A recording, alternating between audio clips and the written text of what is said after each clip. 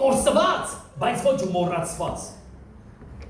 Ունեն չէ առարկաներ, որ կորցրել ենք,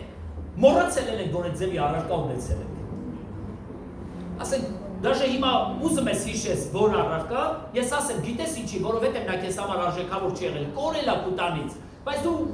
մոռացել ես։ Կարա դառնի դաժե ոսկի, չգիտեմ։ Կարող ինչ-որ մի զարդ լինի, կարող է ինչ-որ մի բան լինի, բայց կան չէ առարկաներ, որ դու կորցնում ես, սիրտդ էլ հետն ես կորցնում։ Դու ամեն ինչ անում ես, որ փնտրես գտնես։ Ես հիշում եմ փոքր երեխա էի, երբ որ Մատթեոս Ավետարանի այդ բանը, Ղուկաս Ավետարանի այդ առակները կարդում էի, մի անգամից հիշեցի։ Ինձ 15 կոպեկ էին տվել։ Ես չգիտեմ, այդ 15 կոպեկով կարող են մարոժնի առնել, բրիկետներ, այն ժամանակվա բրիկետները։ Շատ կերազենք ուտենք այդ բրիկետներից, բայց չկա։ Վերջապես 15 կոպեկ էին տվել, պետք է գնայի մի հատ պաղպաղակ առնեի, որ ես ուտեի։ Եկավազների մեջ սկսեցի խաղալ, փոքր երեխայի, կորցրեցի։ Ու հիշում եմ այդ հարևանի ավազ ամբողջությամբ համարյա ասֆալտին հավասարացրել էի։ Ամբողջությամբ քանդում էի 15 կոպեկ էի ման գալիս, բայց չգտա, մինչև հիմա հիշողությանս մեջ է։ Ես չգիտեմ, ձեր կյանքի մեջ այդպիսի բան կատարվել է թե չէ։ Բայց այդ բաներ կա, որոնք որ մենք արժեքավորում ենք, երբ որ կորցնում ենք, դա մեզ համար թանկ արժե։ Բայց նրանք կորցված են, բայց ոչ մոռացված։ Դու անդադար հիշում ես, մինչև անգամ հիմա երևի որոշները հիշեցի, արա ես էլ էի մի բան կորցրել, ախպերս ասեց, ես էլ էի կորցրել, բայց երբեք դու դա չես մոռանում։ Գիտեք, կան ազնվորությունները չէ այդպես, կորցնում ես, բայց չես մոռանում նրան։ Նա միշտ քո հիշողության մեջ է, դու նրա հետ նստում ես, նրա հետ կանգնում ես, անգամ դու զգում ես նրա շունչը, դու այնքան ես իրան սիրել այդ ազնվորությանը, դու կորցրել ես նրան, բայց դու նրան չես մոռանում։ Ելնում է, չէ, սպասիր ինձ, այդպիսի հայկական, նաև կա ժիմենյա ռուսերեններ, ասենք մարդիկ երկար ժամանակներ իրար կորցրած, ընկերներ, բարեկամներ, դաշ ասեմ ծնող է երեխային, մեկ է տարիներ հետո, ես երբ որ այդ հաղորդումը տեսնում եմ, իրանց հետ հավասար լացում եմ, լացս այն ձև է գալի ու հասկանում եմ, ասում եմ, երևի մեծացել եմ, այ մոտ, ես ինչա, այսքան հեշտ կարելի է լացել, ուրիշը ուրախան մայրը հարազատին գտնում է, ես նստած հեռուստացույց եմ մի կողմը լացում եմ, թե ինչ լավ բան եղավ, որ իրանք իրար գտան, կորսված էին, բայց մոռացված չէին, այնքան մոռացված չէին, որ իրանք համապատասխան հաղորդավարների հանձնեցին այդ նկարը, տվյալները, որ ման եկեք գտեք ու գտնում են ու ինչքան շատ են ուրախանում, ուզում եմ հարց տամ, երբ որ դու քո կարոտած իրը գտնում ես ոնց ես ուրախանում, երբ որ քո սպասած անձնավորություններից մեկին հանդիպում ես ոնց ես ուրախանում, ես մի հատ փոքր երեխա ունեի, երբ որ ծառայություններ էի անցկացնում, անցել են ժամանակներ, մոռացել եմ այդ երեխային, ճիշտ է, ինքը կար այդ ծառայության մեջ, բայց արդեն կյանքը անցնում է առաջ, դու մտածում ես, որ ինչ-որ մեկը հավատքի մեջ է, ինչ-որ մեկը հավատքի մեջ չի, եւ հիշում եմ, ես կոնֆերանս եմ գնացել, այդ կոնֆերանսում մի երիտասարդ թիկտեղ տղա մոտեցավ ինձ ասեց, «Հովիկ եղբայր դուք եք», ասի, «Հա ես եմ», ասեցի չեք հիշում, ասի մոտեղից եմ հիշելու, ախպերս կներես, ասի, բայց չեմ հիշում, ես ես իշտ եմ, ասի 1000 ներողություն եմ խնդրում, բայց էլի չեմ հիշում, ասեց, որ մի հատ նկար ցույց տամ կհիշես, ասի, հա ոչ չեմ հիշի, որ չբերեց այդ իր փոքր վաղտվա նկարը իմ մանուկներից։ Վայ, ասի, այդ ժամանակ գրկեցի կարոտած, գիտես, դու կարաս կորցնես, բայց դու չես կարա մոռանաս, որովհետև բաներ կա, ժամանակներ հետո դու հանդիպում ես այդ բանին, այդ անձնավորությանը կամ այդ առարկային, սու գրքի մեջ, հետաքրքիր լիք է այդպիսի տողեր կա, գրված է, որ Ղուկաս Ավետարանի մեջ 15-րդ գլուխ 8-րդ խոսքի մեջ ասում է, ով է այն կինը, որ 10 դրամ ունենա, եւ եթե 1 դրամը կորցնի, ճրակը չի վառի, եւ տունը ավլի, եւ սաստիկ որոնի, մինչեւ որ գտնի, եւ երբ որ կգտնի, բարեկամներին, դրացիներին կկանչի եւ կասի, ուրախացեք ինձ հետ, որովհետեւ դրամը գտել եմ, որ կորցրել եք։ Մի մտածեք այսօրվա անարժեք դրամը։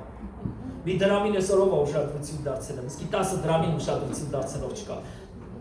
Բայց այդ ժամանակվա արժեքավոր գումարներից էր։ Եվ ասում եք կինը 10 դրամ ուներ։ Գիտեք, երբ որ գրված է կին, հասկացեք եկեղեցի։ Սա եկեղեցու մասին է։ Սա տիրոջ մասին չի, այստեղ տիրոջը չի մեջ բերում անում։ Ասում է մի կին։ Եթե ասում է կին, ուրեմն եկեղեցի։ Եկեղեցու համար արժեքավոր բանը շոշափելի բանն է։ Զգալը, գումարը, հարստությունը, ինչ որ բան է։ Ասում է, եւ այդ կինը ամբողջ տունը ավլեց, մինչեւ գտավ, երբ որ գտավ, սա բարեկամներին հավաքեց։ Ուրախացավ, առարկա էր կորցրել։ Լայքեք ուրիշ բան նայեք։ Հələ 15-րդ գլուխ 4-րդ խոսքը ինչ ասում։ Ձեզանից ով է այն մարդը, թե կինը։ Ով է այն մարդը, որ 100 ոչխար ունենա, եւ նրանցից մեկը կորցնի, 99 անապատի մեջ չի թողնի ու գնա այդ մեկի ետևից։ Ստեղ է խոսում, ասում է, ով է այն մարդը։ Սա ում մասին է։ Սա է Տիրոջ մասին է։ Հետաքրքիր է, չէ՞։ Ինչը եկեղեցուն է վերաբերվում, Տերը մեջբերում անում ով այն կինը, ինչը որ Աստծուն է վերաբերվում, ով այն մարդը։ Միշտ իմացեք, որտեղ որ կինը Տերը մեջբերում անում, սա եկեղեցուն է վերաբերվում, որտեղ որ մարդը մեջբերում անում, դա Տիրոջն է վերաբերվում։ Ինչու դուք ասես, որովհետև գառները մեր սեփականությունը չեն։ Տիրոջ սեփականությունն է։ Մեր սեփականությունը դրանն է, շոշափելին, բայց Տիրոջ սեփականությունը մենք ենք։ Ինչքան մարդիկ կան, որ մեր կողքից կորսվում են ու շատ սովորական է մեզ համար, բայց գիտես, Տիրոջ սիրտը ցավում է, որովհետև ինքն է գառի Տերը, քո սիրտը չի ցավում, ասում են, «Էս ինչ էլ եկեղեցի չի գալի քո խաթեր», ասում են, «Ջանդամ չի գալի»։ Թող գնա ջանդամը, չի գալի, չի գալի։ Ինձ քեզանից է վիրավորվել, հետ չեն վիրավորվի, ասում սեր ունեցողները չեն վիրավորվել, դավայի թող լինի։ Բայց ուրիշի մասին լսում ես, շատ ծանր է ստանում։ Գիտեք ում ջանինա ցավ տալիս, Տիրոջ, որովհետև գառի Տերը մենք չէ,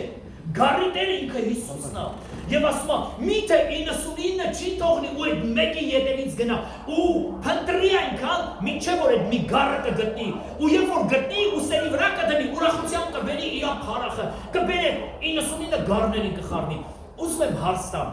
այդ 99 գառների մեջ այդ մի գառը երևացող էր, չի էլ երևում այդ մի գառը, այդ ինչի էր այդքան շատ տագնապած, բայց քանի որ ինքն է Տերը իր համար ամեն մի գառը արժեք է։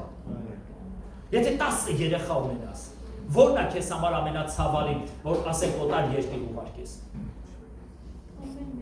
Ամեն մեկը, ուզում է 10 ունենաս, ուզում է մեկը ունենաս, որ մեկը ունես, եթե մեկի համար հարցը կարակ ինձ հարցնեք, ես կասեմ։ Եթե 10-ի համար չգիտեմ, ստեղ 10 երեխա ունեցող չկա, այս թվին ով է 10 երեխա ունենա։ Ասկի հասին մենք մեզ ենք պահան, քիչ ենք մենեմ, մեր կանացել հորաստուն վրգեք։ Դարը փոխվել է, ժամանակները փոխվել են, արդեն լուրջ ժամանակաշրջանը մենք ապրում, ամեն մարդ այսօր ուզում է մենակ ապրի, ասպես ինչ ես ամուսնանում, ասում են շատ եմ կարող պահեմ միկել ամուսնանա, ինչի մար։ Բայց այն ժամանակ քրիստոնյաները 10, 15, 16, ասենք ես որ գիտեմ, կարծեմ 17-ն էլ կա, Հայաստանը 17 է, փառք Տիրոջը, պատկերացնում եք, երբ որ այդ տուն էիր մտնում, ինչքան ուրախալ էր տունը, ուրախ, սաղ վազվզում էր, ուրախանում են, ժպտում են, այդ ծնողները միշտ ուրախ են, հիմա ես երբ որ մեր տուն է մտնեմ, փառք Տիրոջը լավա գոնե արելը մեր տանն է, այն էլ առավոտը գնում ակշերներն է գալիս, հիմա նայում եք սուրբ գրքին, մի ուրիշ առակասը, մի առակ էլ բերեց, 15-րդ գլուխ 11-րդ խոսքը, մի մարդ երկու որդի ուներ, էլի ինչ չի ասում, տեսեք մարդ ասում, սա նշանակում է նորից Տիրոջն է վերաբերվել, մի մարդ երկու որդի ուներ, եւ նրանցից փոքր ասեց հորը հայր տուր ինձ ինչ որ ինձ բաժին կասնի ինձ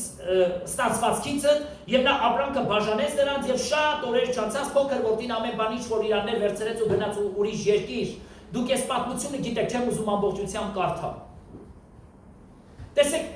ունեցվածքը երկու որդիների մեջ բաժանեց, մի մասը տվեց մեծ որդուն, մի մասը տվեց փոքր որդուն, եւ փոքր որդին վերցրեց եւ ասում է շատ ժամանակներ չանցած այս փոքր որդին որոշում կայացրեց, ասեց ավելի լավ կլինի գնամ ուրիշ երկիր բիզնես դնեմ։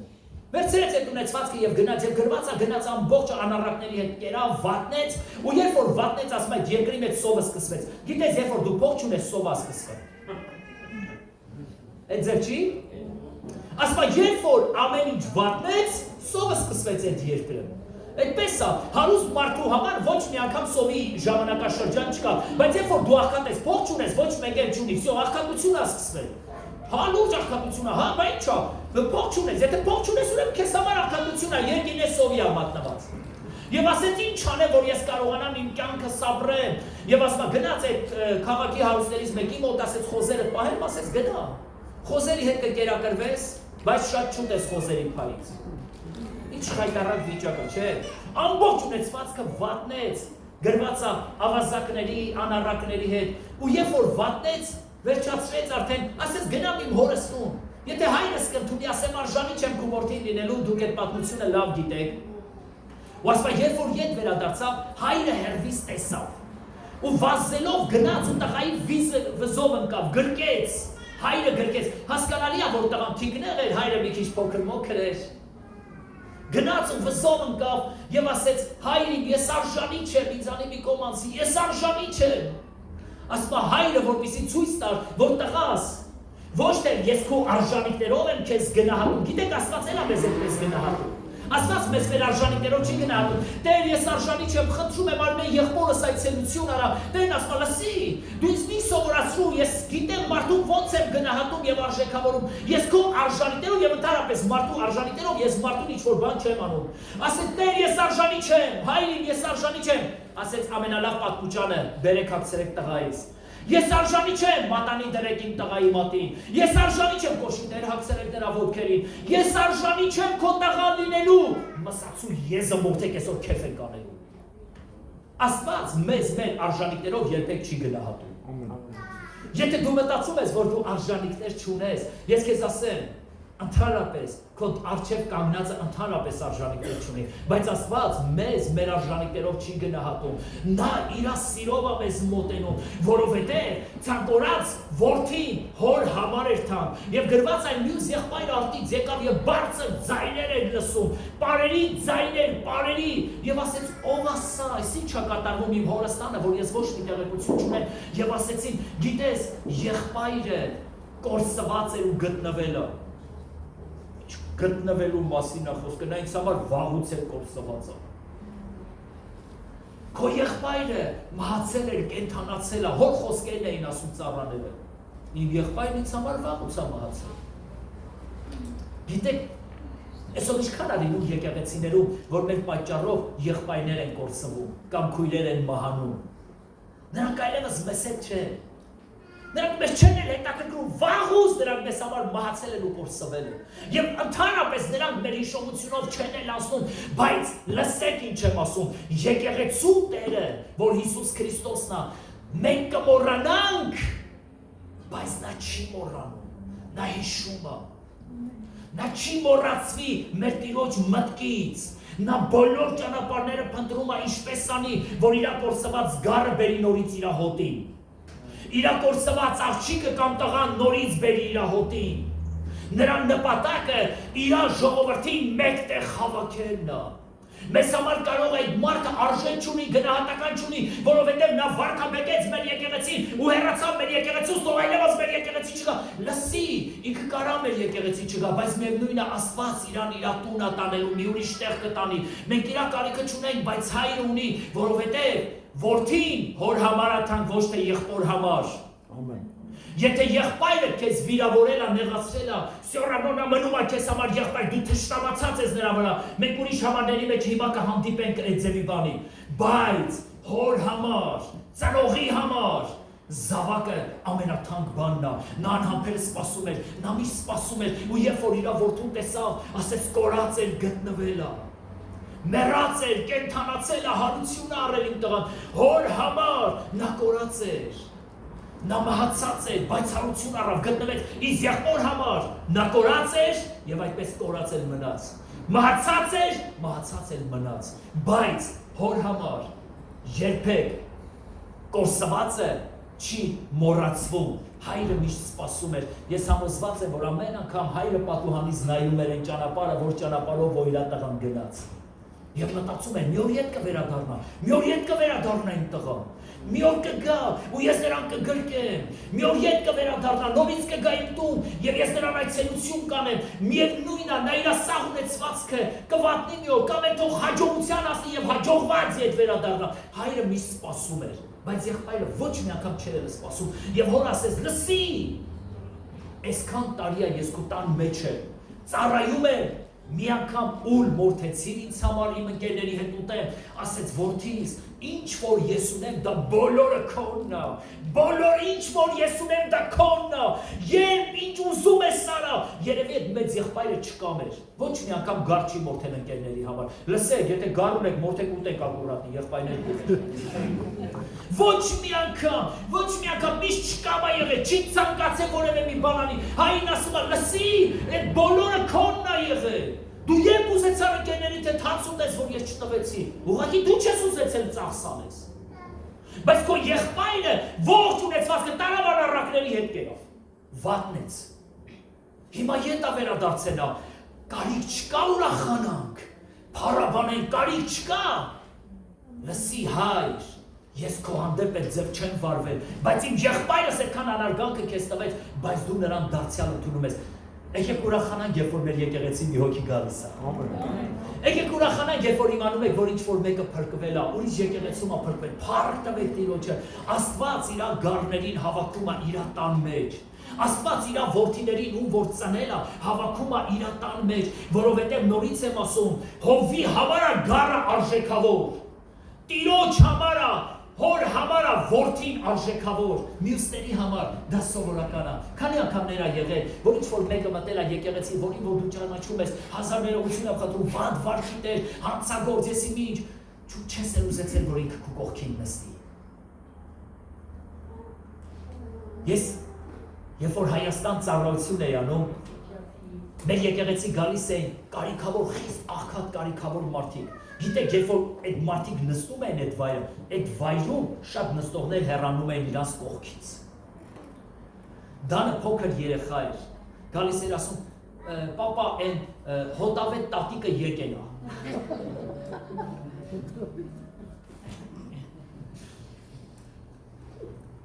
Եվ մարդիկ հեռանում էին, եղբայրեր ունեինք, կիներ ունեինք, քույրեր ունեինք, գիտեք, հասարակությունը նրանց չէր հարգում։ Ես միշտ իրանց պատիվանել էի տալիս, միշտ նվերներ էի տալիս, ամեն ինչ անում է ասում է թող իրանք ուրախանան, որովհետև սա իրանց տունն է, եւ հիշում եմ այդ հարևաններից մեկը մի անգամ իսկանչեց, ասեց, հլա լսի, այդ մեր շենքի այդ շաշի չես կարամ խելքը գլուխը բերեց, ասի ինչ ա եղել, ու պատմում էր այն մարդու մասին, ով որ գալիս է մեր եկեղեցի, ասի ինչ անենք, հիմա տղա է, ինչ անենք, եթե ասես մենակ քո խոսքն է հարգում, գիտես չէ ամենտեղ քո մասին է խոսել, ասա թող խելոք մնա, ասի կասել։ Ու գիտեք հենց որ ինձ տեսնում էր, ինչ ասում է խելոք լսում էր։ Ես է փորձում եմ միշտ ասեմ, մինչև օրս երբ որ ինձ տեսնում է, իր այդ հարգանքը, ուրախությունը վազելով կգա, կբարևի, ինքը տարիքով մեծ արդեն տարիքով մարդ է, բայց ինչքան լավ է, հոր համար ամեն մեկը թանկ է։ Բայց մեզ համար, մեր քույր եղբայրները այդքան էլ արժեքավոր չեն, այլ մարդ որ վաբշենքը եկեղեցի չգա, այնքան լավ կլինի, թարգը տպեք է։ Այդ ձևիները, թող եկեղեցի գան, բիզնեսմենները, գործարանի տերերը, պատգամավորները, դեպուտատները, թող այդ ձևի մարդիկ մեր եկեղեցի գան, թող մեր եկեղեցի աղքատ մարդիկ չգան, բայց գիտեք, թարս ոնց որ լինի, Աստված ինչքան աղքատ մարդ կա բերում ա մեր եկեղեցի։ Գիտես ինչի, որովհետև նրանց Աստվածածն է, և Աստված գիտի իր տուն ում ա բերում, եկեք դրա համար, երբ որ ինչ-որ մեկը իմանում ենք, որ փրկվել ա, մտել ա երկնային արքայության այդ դարպասներով, եկեք ուրախանանք այդ մարդկանց համար, եկեք ցնծանք, որովհետև մի հոգի էլ փրկություն ունեցավ, և ասում ա, հայրը ուրախացավ, ընկավ իր որդու վզով, պատկերացնում եք այդ որդու վրայից ինչ հոտ էր գալիս, խոս պահել եք, կամ ինչ-որ մեկի տուն գնացել եք, որ խոզում են։ Դուք պատկերացրեք այդ խոզի լափը կերել է, նրան որտեղից մաքուր շոր էր, որ մաքուր շոր էր հագնել, նրան որտեղից կոշիկներ, ու այդ ձեր գալիս է, հայրը գալիս է վզով ընկնում։ Կներեք, բայց նրա վրայից լավ հոտ չէր գալիս, չմտածեք, որ ինքը անուշահոտություն էր ցանել իր վրա, նրա վրայից գալիս էր կեղտի ու աղբի հոտ, բայց հայրը, որ անուշահոտությունով լցված էր, նա գրկեց իր որդուն, բայց մեծ եղբայրը չէր ուզում այդ ձև աներ։ Եկեք նայենք Աստվածաշնչին։ Սուրբ գրքի մեջ մի հետաքրքիր պատմություն կա, երբ որ Եսավը եւ Հակոբը իրար հետ վիճեցին։ Հենց Եսավն ու Հակոբը իրար հետ վիճեցին, Սուրբ գիրքը տալիս է, որ Հակոբը փախավ Եսավի երեսից, որովհետև Եսավը ասեց, կենդանի է Տերը, որ սպանելու է Հակոբին։ Գիտեք, քիչ չեն եկեղեցիների մեջ այդպիսի իրավիճակներ, որ ինչ-որ մեկը որոշում է ինչ-որ մեկի սպանի, հոգեպես։ Եվ ինչ անի Հակոբը։ Հակոբը ուզի թե չուզի պետքա փախնի։ Կամ պետքա եղբոր զոհը դառնա, կամ ինքը պետքա եկեղեցուց փախնի, այդ տանից փախնի, եւ Հակոբը ստիպված էր փախնի, եւ Հակոբի վրա այդ փախուստը նստեց 20 տարի։ 20 տարի իր հոր երեսը չտեսավ, հառաչանքով ու տառապանքով օտարության մեջ անցկացրեց։ Որովհետև այս Հակոբը Եսավի համար արժեք չուներ, որովհետև Հակոբը Եսավին խաբել էր։ Դուք ասես լավ էլ անել էր, եթե ծեծեր աշկն են կհաներ Հակոբի, բայց լսի, հոր համար Հակոբի ամեն մի աշկը թանկ էր։ Հոր համար Հակոբը գնահատական էր, արժեք էր, Եսավի համար արժեք չուներ։ Բայց հոր համար արժեք էր, ես ավելին ասեմ, Հակոբը այդ տղան էր, որը իր հորը խաբեց։ Ճիշտ է, հոր բարկությունը լցվեց, բայց միևնույնն է, հոր համար Հակոբը մնում էր Հակոբ։ Ինչքան ուզում է մեր որդիները մեզ վշտացնեն, միևնույնն է, մեզ համար իրանք ինչ են մնում, որդի, ուրիշին ասում ես, արա գլուխը ջարդի, լակոտի, դաստիրակի, ծեցի, եթե հոգնեսին ձեզ զանգի գամ։ Բայց հետ քոնն է, ես հիշում եմ, մեր եղբայրներից մեկը ասեց, տղան նոր էր ծնվել, ասեց, ամբողջ գիշեր ասեց, չթողեց հանգիստ քնեմ, ասի ծեծեք, ինքս ես նրջացավ, ասի եթե հոգնեք զանգեք ես է գամ, ասեց շատ լուրջ նայում է դեմքիս, ինքը զգում է, ես հասկացա, որ ինքը ապրում է դա, իմ ասասներն ինքը ապրում էր, գիտես, Եսավի համար Հակոբ արժեք չուներ, հավի նման կմորթ էր, բայց հոր համար ինչքան մեծ արժեք ուներ և խորհուրդ տվեցին, որ փախի եղբորը երեսից և Հակոբը փախավ 20 տարի, ես համոզված եմ, Իսահակը անհամբերը սպասում էր Հակոբին, երբ Հակոբը գալու, Եսավի ներկայությունը զգում էր, վայելում էր, բայց ինքը Հակոբի կարիք ուներ, որովհետև Հակոբին կարոտել էր։ Գիտեք, մարդիկ կան կգնան եկեղեցուց, բայց միշտ մենք կարոտով ենք մնալու, որովհետև նրանք մեր քույրերն ու մեր եղբայրներն են, մենք պետք է անհանգիստ լինենք, որպեսզի նրանք գան, մեզ միանա, որովհետև Աստված վերջի օրերի մեջ իր եկեղեցին հավաքում է, իր հոտը հավաքում է։ Ես հիշում եմ առաջին անգամ, երբ որ ես եկա, որ այստեղ ծառայելու եմ, Տերը ինձ ասեց, քեզ բերել եմ իմ տան կորած գառների հետևից, իմ տան կորած գառների հետևից, եւ Աստված իր տան կորած գառները հավաքում է իր 4 կողմը։ Երբ որ Տերը Հակոբին այցելեց, Հակոբին ասեց, Հակոբ, վերադարձի քո հոր երկիրը, գնա քո հայրական երկիր, որովհետև ես ուզում եմ քո հայրը ուրախանա։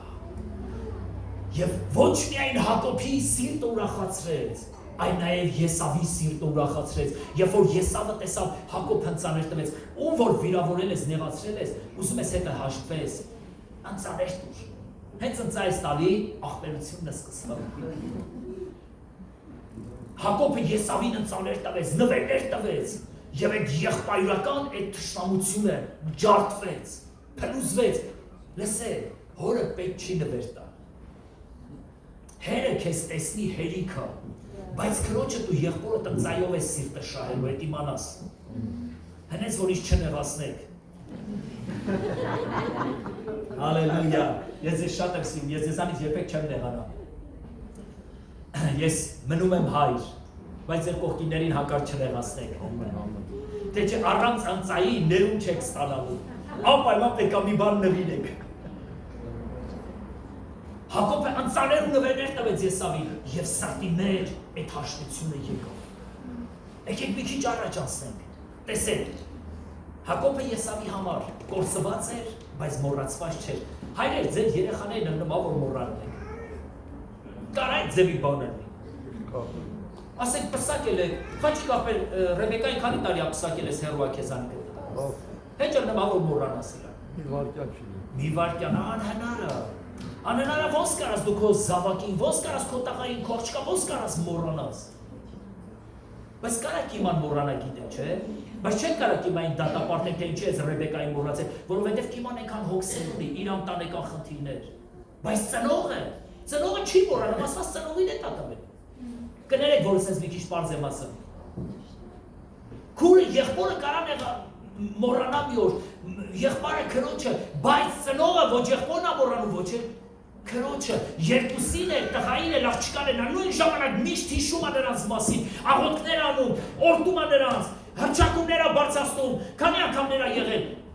որ հանկարծ չնայած մեր մեջ չկա այդ ձևի անձնավորություն, բայց որ ուզեցել ես ինչ-որ մեկի մի բան անես քո տղային կամ քո աղջկան կողքից ասեն արժանիտեր ունի որ դու այդ բանն ուզում ես անես մոռացել ես դա քեզ ինչ են արել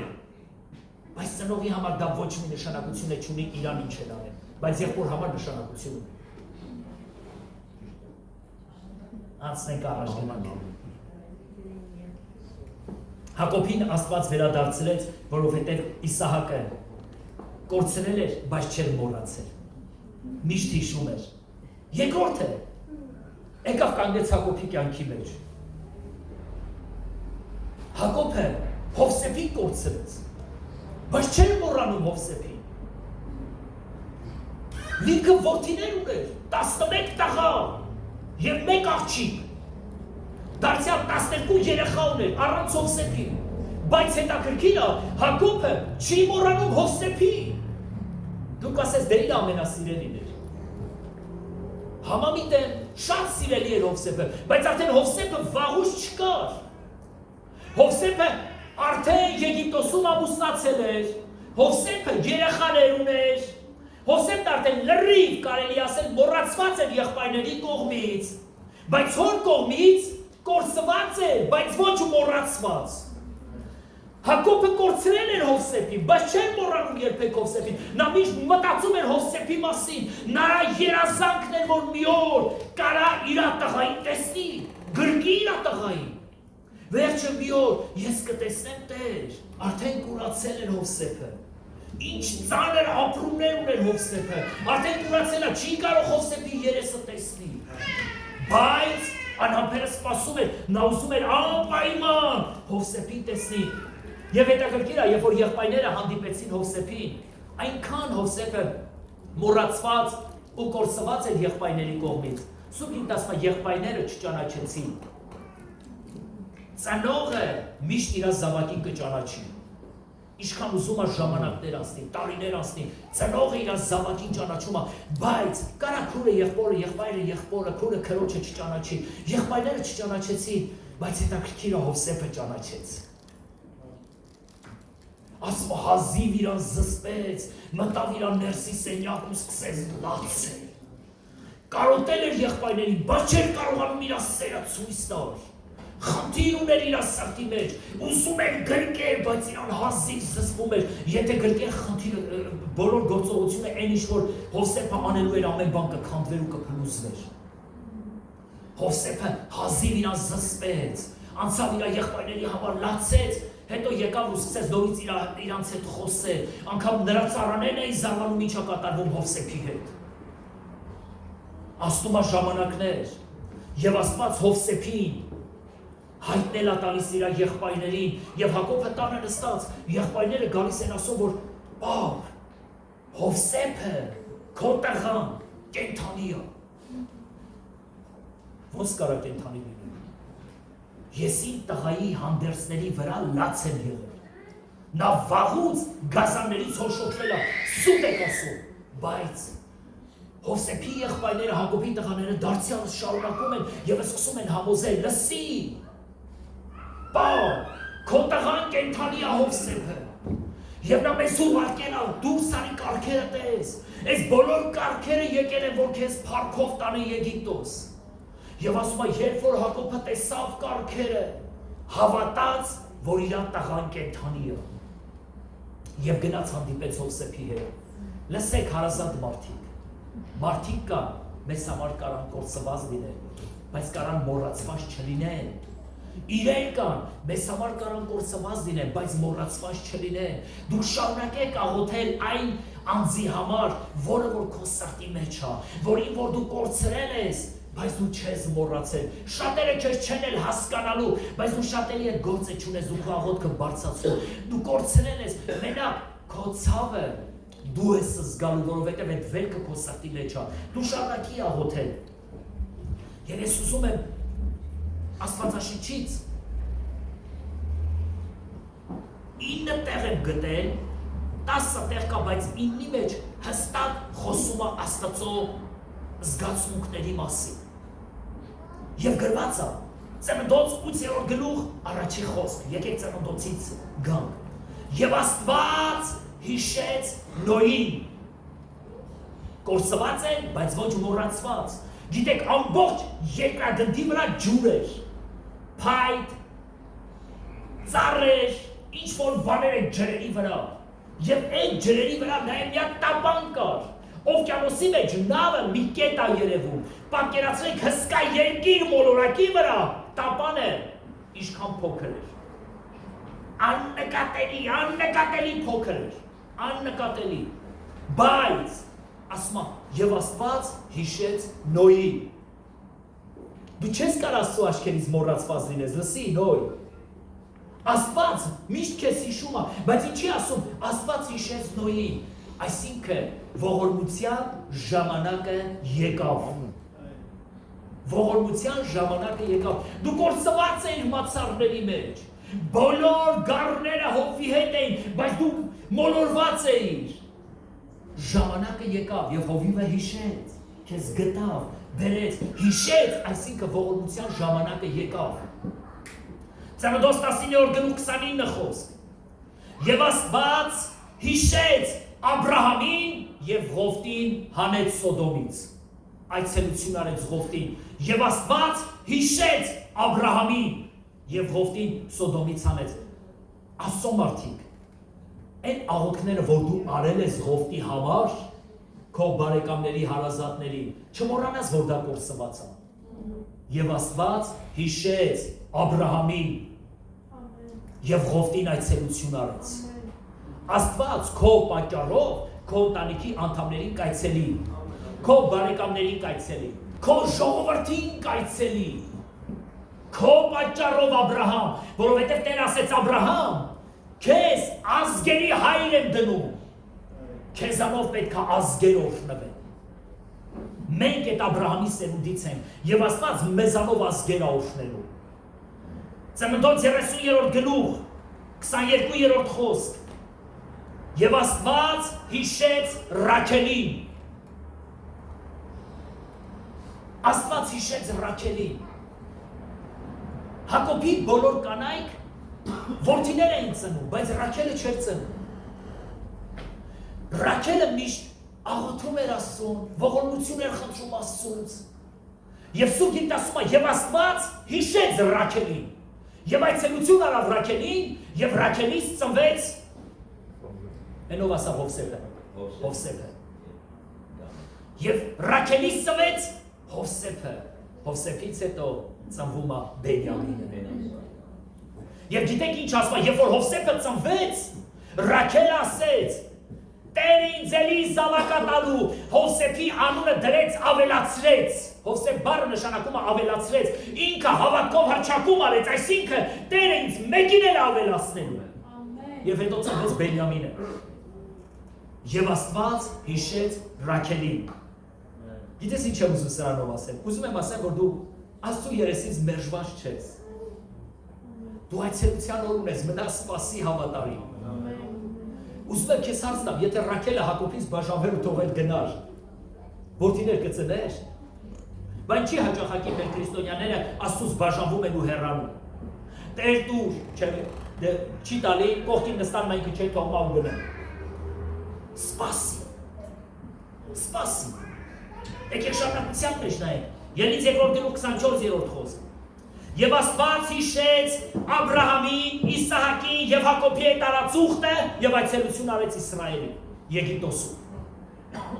Հիշեց Աբրահամի, Իսահակի եւ Հակոբի տարածուղտը։ Ինչ խոստում ունի Տերը քեզ տված։ Հիշելու ժամանակ կա։ Այցելության ժամանակ կա։ Մի մտածի, որ Տերը մոռացել է,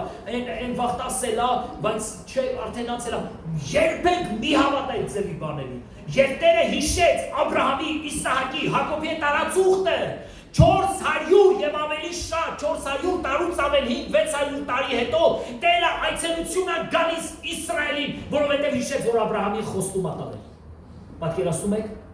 400-500 տարի հետո այցելում է Իսրայելի Եգիպտոսի մեջ։ որպեսզի Իսրայելին Եգիպտոսից հանի, որովհետև ինքը հիշեց իր արած ուխտը։ Ելից 6-րդ գլուխ 5-րդ խոսք։ Եվ Աստված հիշեց իր ուխտը, երբ Իսրայելը տառապանքի մեջ էր։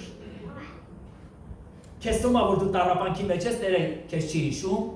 Երբ որ դու տառապանքի մեջ ես, Տերը հիշում է, որովհետև այն ուխտերը ինչ որ արել է մեր հավատքի հայրերին, ես չգիտեմ Աստված ինչ ուխտեր արել իմ ծնողներին, իմ տատերին, պապերին, չգիտեմ ովքեր որ հավատքի մեջ են եղել, բայց ես համոզված եմ, որ ինչ ուխտեր որ արվել է, այդ ուխտերը հիշվում է։ Որովհետև չկա ժամանակները,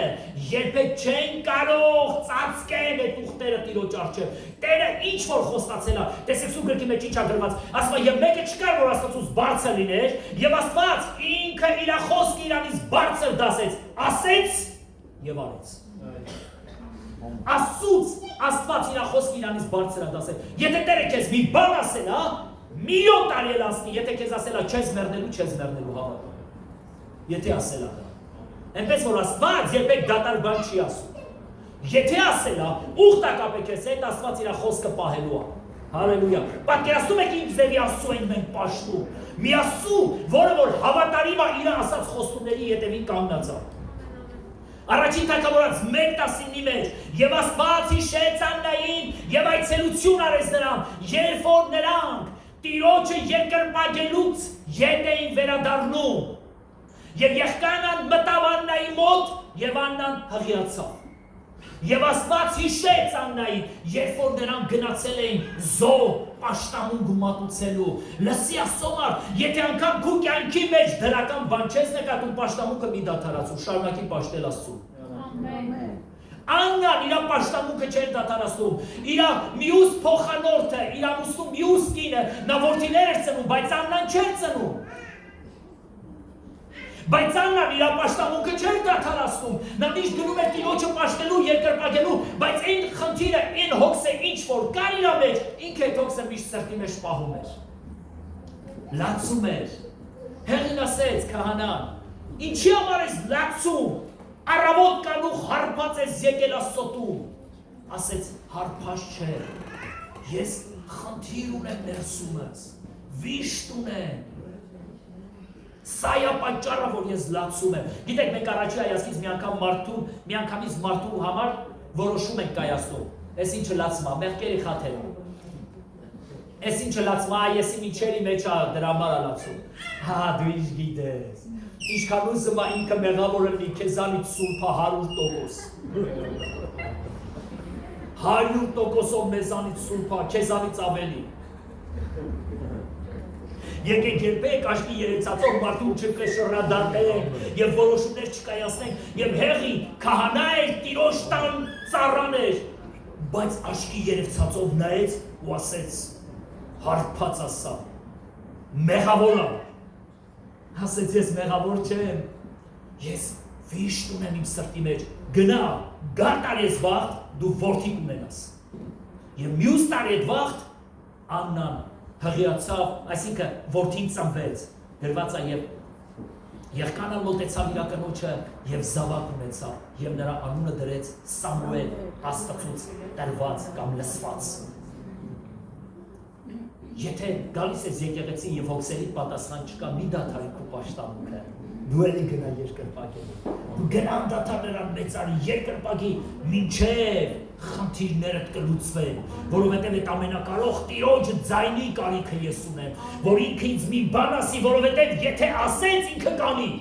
եթե ես քեզ ասեմ, հավանականությունը մեծ է 100%-ով որ չեմ անի, որովհետև եթե մեռա ամուր չի լինելու, բայց երբ որ Տերն է ասում, ինքը անպայման անելու է, դու էլ մեռնես անելու։ Այն լավացրեք չէ պաշտել։ Հալելույա։ Եկեք լավ շարունակությունը տեսնենք։ Սաղմոս 105:8-ի մեջ ասում է հիշեց իր ուխտը, որ պատվիրել էր մինչև 1000 սերունդ։ Քանի սերունդ։ 1000։ Հիշեց իր ուխտը, որ պատվիրել էր մինչև 1000 սերունդ։ 1000 տարի էլ ասնի, Տերը եթե ուխտ կապել քեզ հետ, իր ուխտը կատարվելու։ Հենց որ չմտածես, որ ժամանակների մեջ փոփոխություն ա լինելու, ժամանակների մեջ մշակույթ կփոխվի, ազգեր կփոխվեն, բայց Տիրոջ խոստումը մնալու է նույն ձևի։ Ինքը ասել է, որ քեզ համար գնալու եմ տեղ պատրաստեմ, 100% հավատա, որ այդպես է լինելու։ Ինքը ասել է, որ ես գալու եմ քո հետևից ու քեզ իմ մոտ եմ տանելու։ Քանի 1000 տարի էլ ես երկիր ապրի, մեր նույնը ես նրա մոտ եմ գնալու։ Ինքը ասելու է, որ քեզ համար բնակարան եմ պատրաստելու։ Հավատացնում է, ում համար պատրաստի, չպատրաստի, քոնը 100%-ով պատրաստված է։ Մենք այս ձևի Աստծու ենք պաշտում։ Անգամ ասում է 1000 սերունդ էլ անցնի, միևնույնն է, Աստված հիշեց իր արած ուխտերը։ Սաղմոս 105:42-ի մեջ հիշեց իր սուրբ խոսքը եւ իր Աբրահամ ծառային,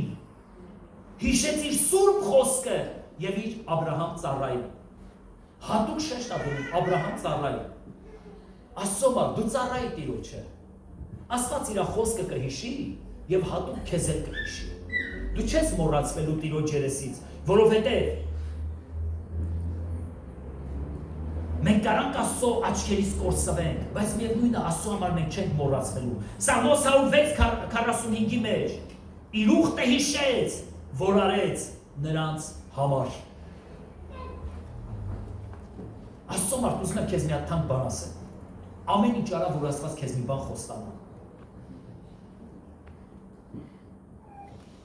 Ամեն ինչ արա, որ Աստված քեզ մի բան խոստանա, քեզ մի բան ասի։ Դա չի մոռացվելու, դա արվելու է։ Եթե ինքը մի բան ասեց, 1000 տարի էլ ասնի անելու այն կյանքի մեջ։